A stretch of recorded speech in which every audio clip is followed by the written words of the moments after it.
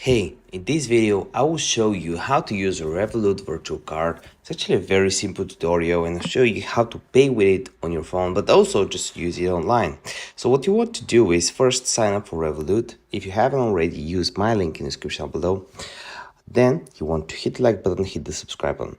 You want to go on cards right here, and here you can get a disposable virtual card, for example, that will be used once, but since I'm recording, it doesn't let me show you this, but you can get a disposable card, which I encourage you to do. It's way better. The other option is to get a virtual card just like this, ready to use. But again, since I'm recording, I cannot show you this. So you order up a card right from here. You can get a physical card or a virtual card. And then what you want to do is you actually want to go and click on that card. And when you do, when you select one of these cards right here, it will show you the last 3 digits. It will show you the card number and everything, so you can pay online.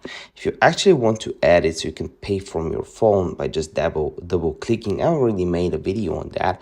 You want to go to your wallet app. If you can't find it, swipe up wallet, just like so.